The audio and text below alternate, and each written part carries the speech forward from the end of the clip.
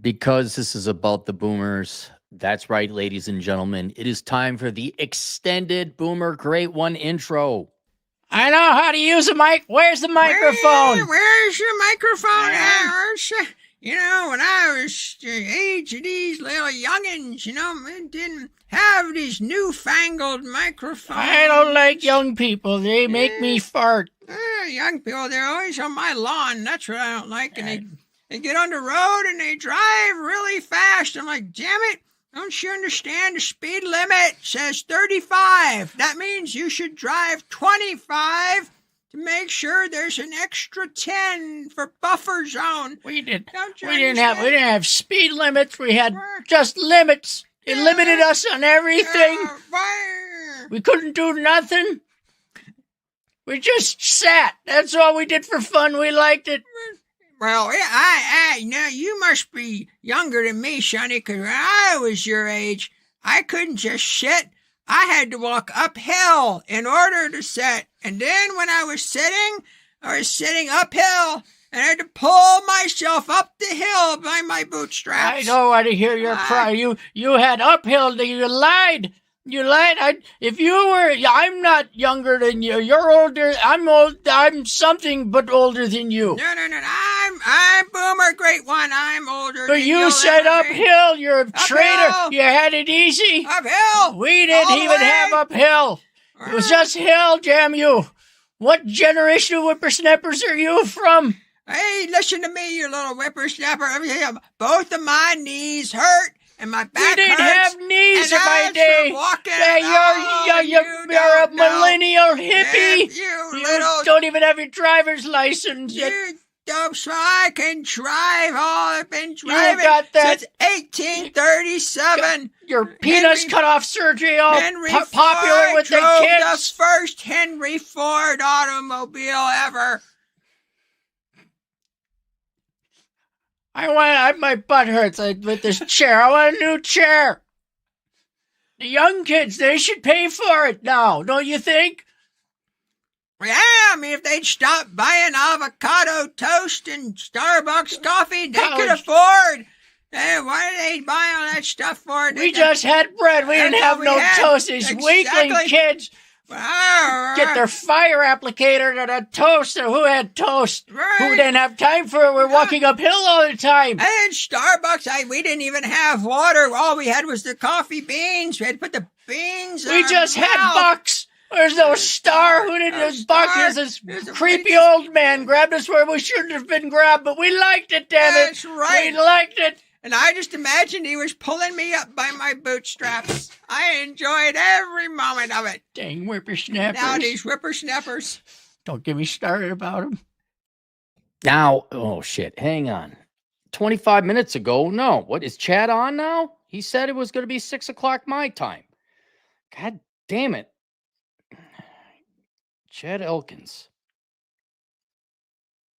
account scheduled for 6 p.m. The big hand and the little. Hey, look, Plains, you're old enough to remember the big hand and the little hand, right? You were around in those days. All right. It's 6 o'clock my time, Pacific time. We have requested. If you have requests, you thing, Asshole Consulting and stuff, you all know it. It is still $100 minimum super check because I plan to trying to play catch up from vacation. And this isn't the people. Why is that email up? Where'd it go? Here we go. From our regular Sassed One Too Many. Can you use Sass One Too Many to identify me? How much of your video analysis of YouTube video titled "How Boomers Were Made Selfish and Subservient by a 1990s Movie" by Screenwashed? And so the Screenwashed is a channel where the guy analyzes movies and shows you, oh, this is how you were brainwashed. I found this interesting and thought maybe you would too. So he sent it there and I watched it. And his premise and thesis, which is good, it's well written, I'm not slamming on his video, is that if you look at Forrest Gump is obedient the whole way, the entire time, and just amazing things happen to him. And Jenny, who is the independent free spirit, she gets punished every time she deviates from the path. And therefore, it teaches you to be obedient, and good things come to those who wait and obey and stuff like that. I don't believe the premise of the video. I mean, well, the premise of the video is the premise of his thesis. I don't believe his thesis. I don't agree with him. I think Forrest Gump had the individual, not the movie. Forrest had to have amazing things happen to him because he's the catalyst to show ridiculous things and vignettes that occur to this lower than average man's life, to show the story of what the boomers went through 20 to 30 years previous to the movie. Jenny is an aside, I think, that was thrown in. I'm looking at very practical terms of a quasi love interest because Forrest couldn't have a full life if there was not heartbreak in it. I think that's all it was. I think it was Forrest. It's like Cowboy Bebop. It is the crew of the Bebop that goes through the vignettes and shows you this world. I don't believe this movie was designed to brainwash baby boomers to be obedient. I don't believe it was taught to show that if you deviate, you are punished. And the reason I don't believe it, the timeline doesn't match out. It came out in 1994. The boomers were already cast, set, dried, and solidified concrete by this time. I mean, so the youngest boomer, 64, if you take that breakaway age, 94, they were 30 by that time. The eldest, 20 years, they were 50. The boomers were forged. The forging process took place in the 50s and the 60s. That's when the boomers were forged. And they were forged under, what's the word I'm looking? Not entitlement. That's more millennials. They were forged under the good times, the Heinleinian, is that it? The Heinleinian good times, soft times. They were given everything. They had life on easy mode in terms of economics. And if there was anything else that would define and forge the boomers, it was their abdication of generally Christianity, but I would also say general good ethics, and a replacement with socialism, whether they knew it or not, and ultimately themselves. That's what it was. You could say the hippies were about the socialism and love and avoiding work and pot and being irresponsible. Sure, that's stereotypical. One could argue the 80s, when that rolled around, especially after they had their asses handed to them in the 70s, making money, becoming a yuppie, outsourcing your kid, Murphy Brown. Okay. But that was all cast before 1994. I mean, when did Murphy Brown come out? I mean, that you could argue that was kind of maybe the last Murphy Brown show.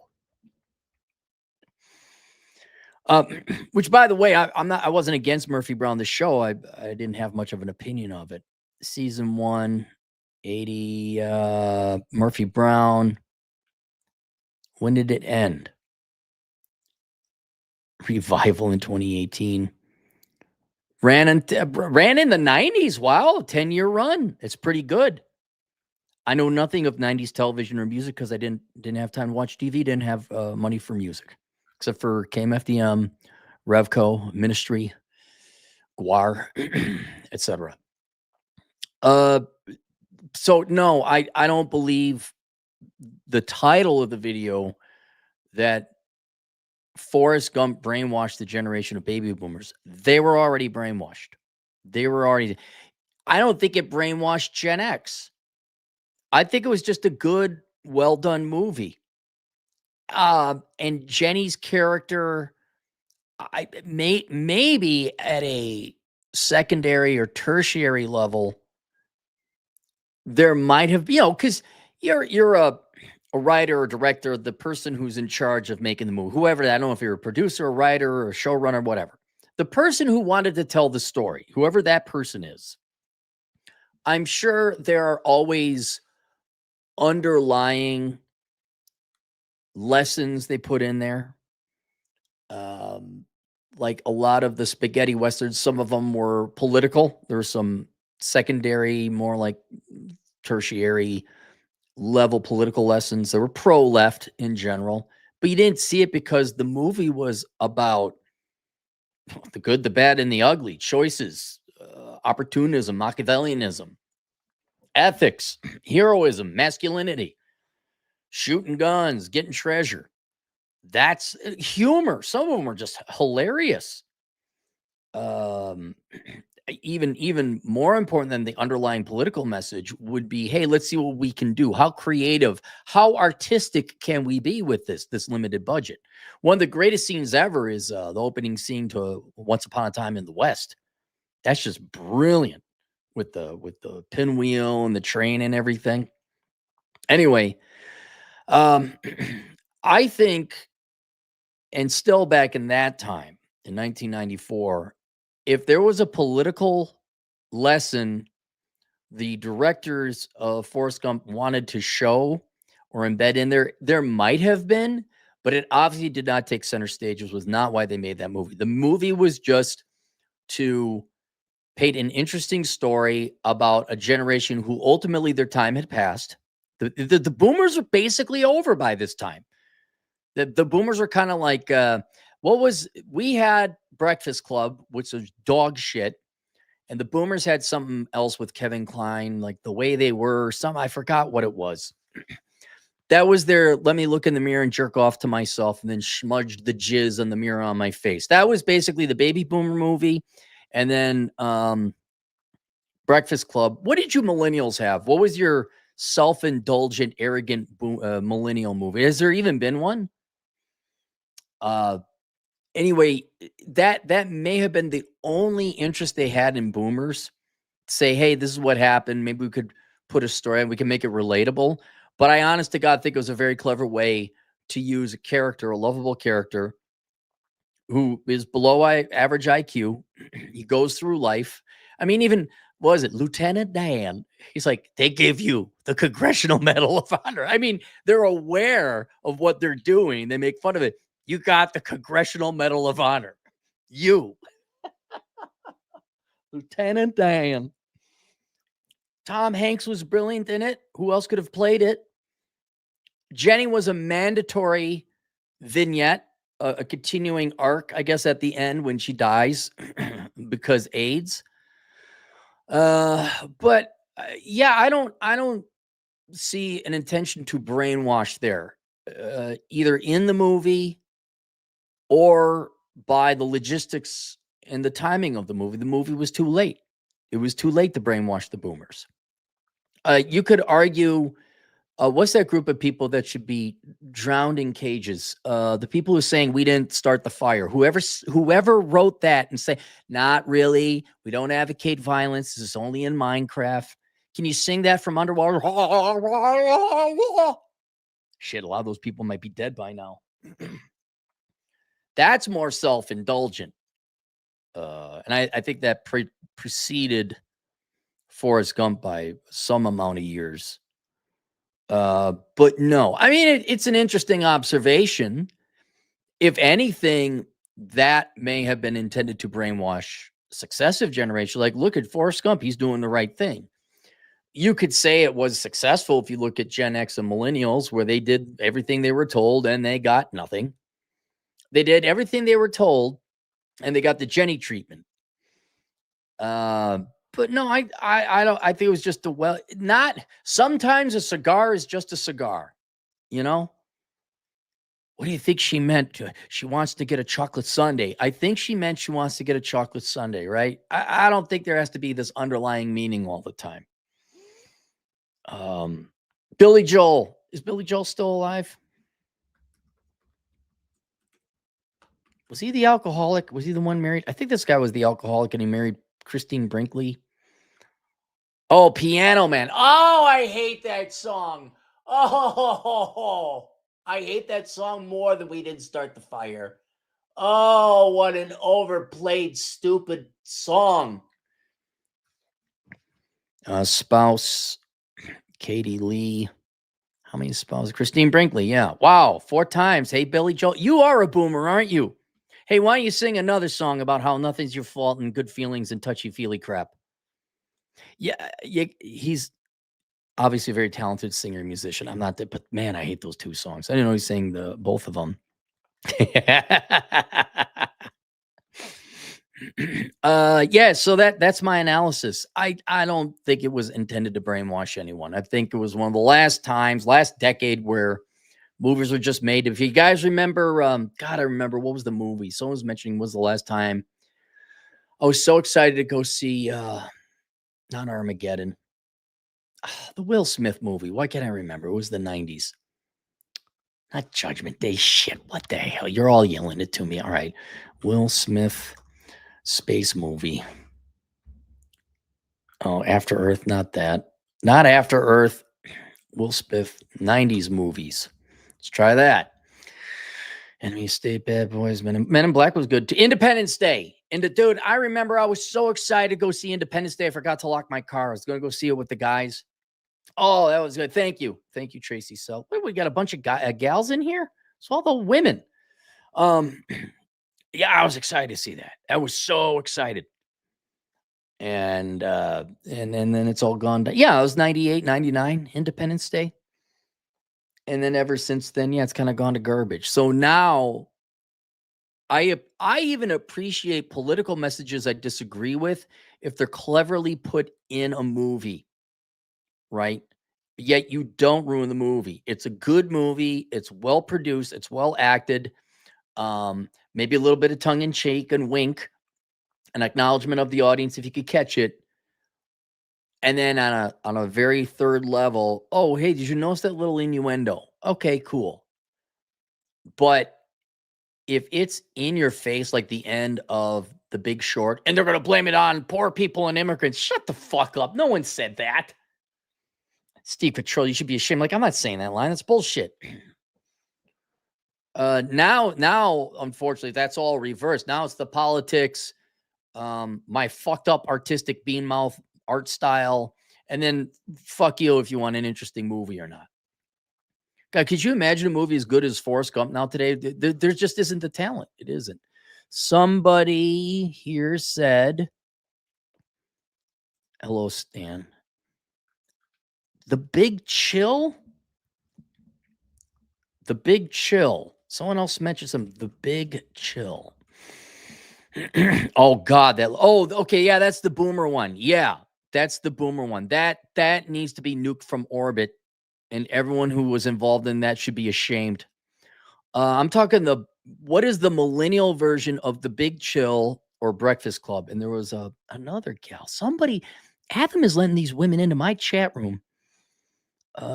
Stunning elegance. No, you guys have the wrong time. He's not late. He has it scheduled. Pacific time, 6 p.m. Pacific time. I don't know. Yeah, you and Patino living along the I-35 corridor there. That just brings straight north-south. It jaunts a little bit in Kansas City. Where was the gal? I should have clicked on it when I saw it. See, there's a woman. What is a woman doing in the show here, guys? What the hell is going on? Stunning 2, Jenny Buse.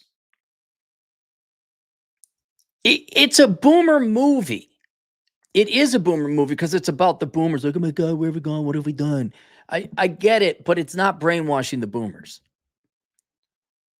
Bebop is always worth watching. Well, I am a quarter Jewish. The Big Chill, Boondock Saint. Boondock Saint with Marky Mark?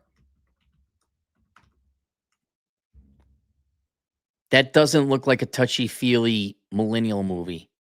Not at all. That doesn't look at all like a millennial movie. It's too many weapons, too many guns. Fight Club. Fight Club is good. I'm talking the self-indulgent, worthless, it should have never been made movie. Fight Club is genius. Cruel Intentions. Shannon Kerosene. Is that real? All right. Wait, Cruel Intentions? I lost it. Cruel Intentions. Let's hope Cruel Intentions.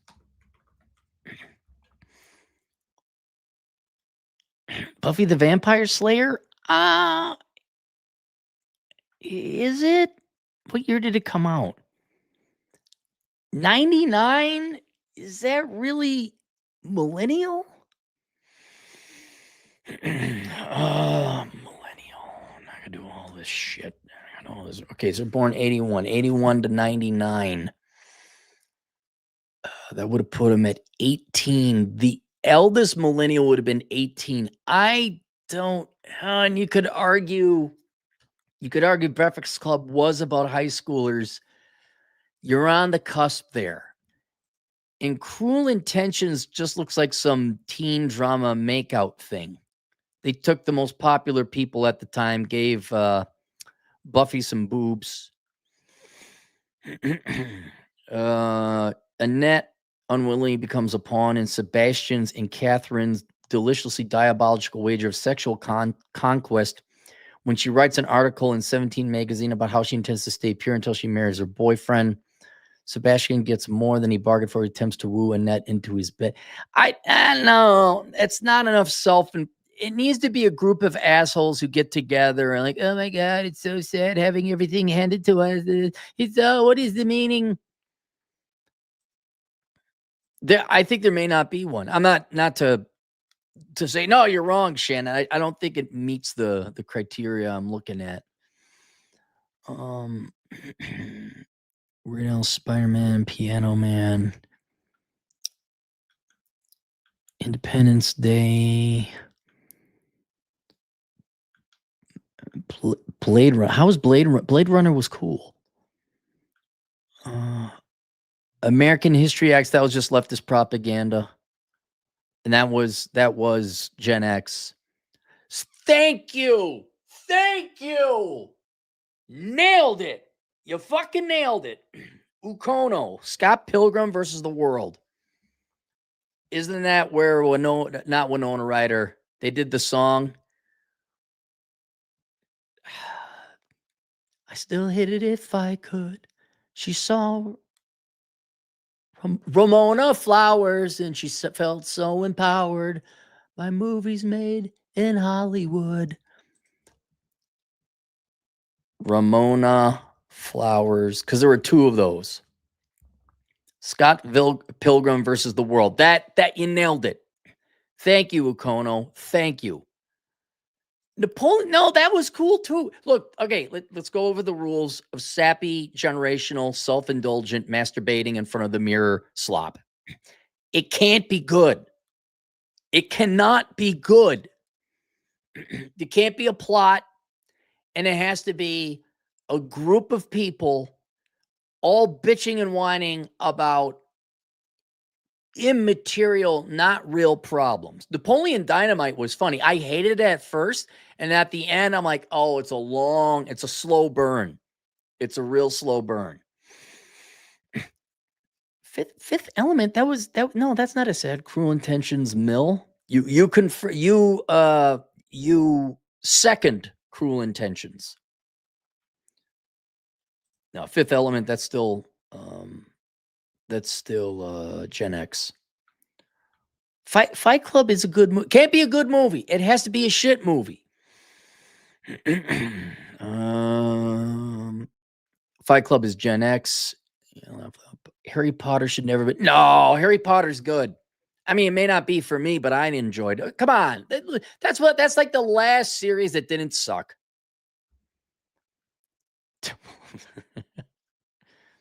Can't hardly wait. Hang on. That sounds. This looks 1998. That's a little. Isn't that just a remake of American Pie? Nah, that doesn't look good enough. All right. Clueless, Matrix. Matrix is good. The Fallout Boys.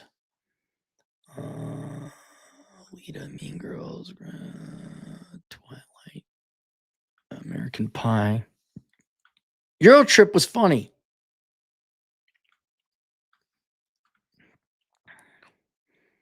Clerks was good. Clueless, Alicia Silverstone, Twilight. Yeah. Kick-Ass. Never saw it. Maybe you're right.